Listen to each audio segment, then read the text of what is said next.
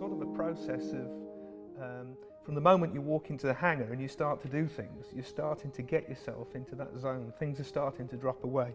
You know, I'm not thinking what I'm going to have for dinner. I'm thinking, right, okay, oil, filters, you know, and just looking at the aeroplane. It's my aeroplane, there's only me flies it, so I start from a fairly good understanding of what could be wrong with it. But there's always, you know, you could turn up one day and there's a bird's nest in it, or somebody's gone and had a look in it and dropped something in the cockpit or something. So this is a ritual that really starts to clear your mind and prepare you mentally for being focused on what you're going to do next. And part of the pleasure of flying as a hobby for me is to be able to drop away all this other stuff. So for that time that you're actually flying or in the air, there's nothing else, you know, you're flying, that's it. And that's your entire world, which is great fun.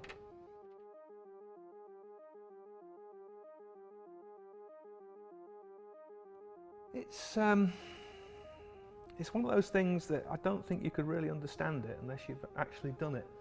A lot of people say, well, you know, I've flown, I've been on a Boeing, on an airliner, but to me that's nothing like what I would call flying. When you're actually up there, the sensation that you get, I mean, the world's going mad at the moment for drones and drone shots. I think everybody really gets it when you see these drones going over buildings or sports events and stuff like that, and you think, wow, you know, that looks really good. Well, if you can imagine actually being there, you're not seeing it through the eyes of the drone, you're seeing it through your own eyes. And not only that, if you want to suddenly flip upside down or turn or dive or swoop or wheel around something, you can do it. It's a couple of movements of your hands and feet and away you go. Trying to give you a good example, once upon a time I was flying fairly late in the evening, and it was a fairly claggy day, so it was slightly hazy, and above it was crystal blue. And I flew along really fast, probably a couple of 100 miles an hour, pulled vertical, and then you look left at the wingtip as you go up, and then rolled. So if you can imagine pulling up like this, looking at the wingtip, and then going round like that. And as I was going round, the sun and the moon had both risen.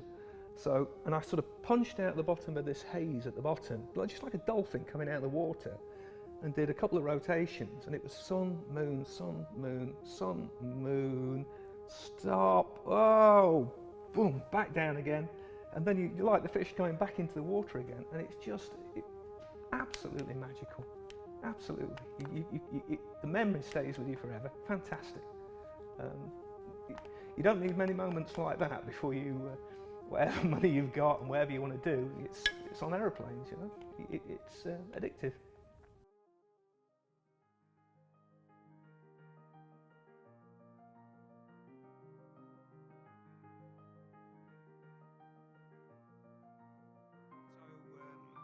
Richard Welch. I'm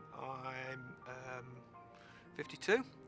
I've been flying for about 16 years, although my entire life I've been fascinated by aviation. I started making model aeroplanes, balsa model aeroplanes, at about 5 or 6 years old. And I remember I used to make these little balsa aeroplanes, and then what I would do is hold them on a little stick in front of me and then fly them around the house.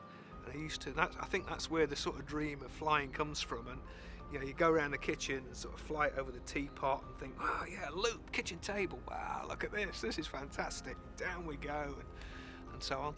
Ever since I was a kid, I've had a dream, or had dreams of being able to fly. You know, I think people identify with drone shots, don't they? You see the drone, you see it going along a valley and curving around corners and doing things and flying like a bird. And flying for me is that dream, except it's not a dream anymore, it's real, you know?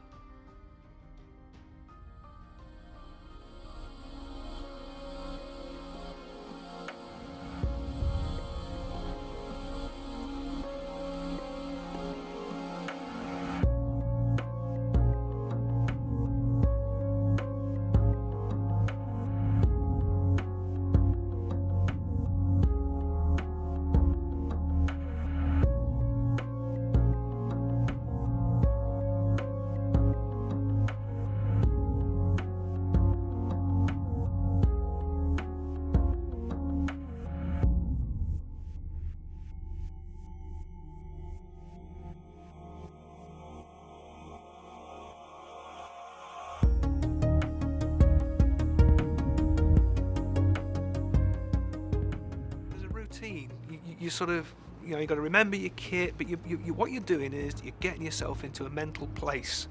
You know, what time is it now? It's difficult to express it, but you're getting into the now. You're not getting into the what you're going to do tomorrow, what happened last night, I need to remember this. You're getting into now. So now is the only place that there is. And you make that transition. It's like a ritual. You arrive, you open the hangar up, you look at the aeroplane, check the oil, check the fuel, do a walk around. You always do it in a particular way. You get to know your aeroplane, so you get to know what things are likely to have fallen off, come loose. Loose objects are absolutely critical in aerobatic aeroplanes. You drop a pound coin or something in it, it can kill you. So you empty your pockets, you know, and you're getting into the now. You're walking around and you're getting yourself into that mental state to go out and fly the thing. If I'm honest with myself, when I'm not flying and I'm frustrated, I sit there daydreaming about what fantastic manoeuvre I'm going to do, and you know, I've got all these super duper routines and all these manoeuvres that I'm going to do next time I go flying.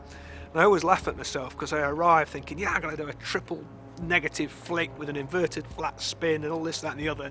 And then you get there and start doing the aeroplane, you're thinking, yeah, I might just try a loop today, you know. You can almost sense the bravery level coming down. And what if it's a really good day, the bravery tends to come back on again. You get in the air and think, yeah, okay, I'll take it easy. And then you do a couple of loops and rolls, and it's like, wow, right then, let's try this.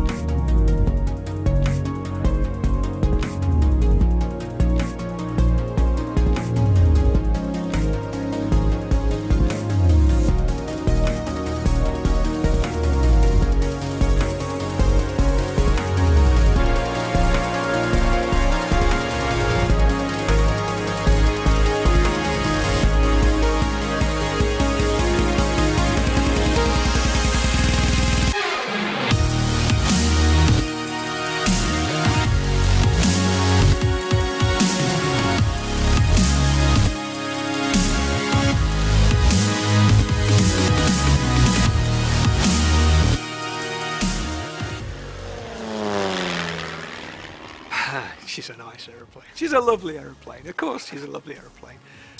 It's light, it's agile, it's relatively fast. Not as fast as the other aeroplane, but it climbs well.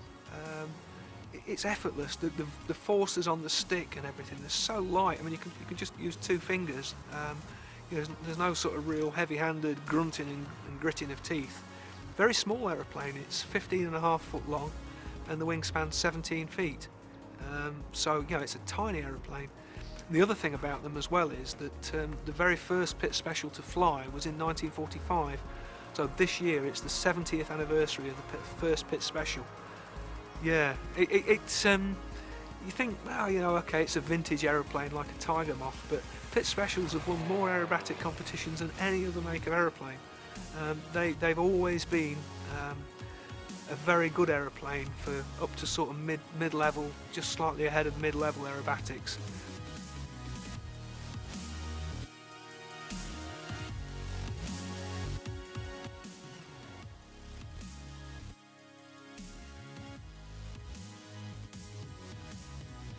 I mean, bluntly, the only thing that's going to stop me flying is if I lost my medical.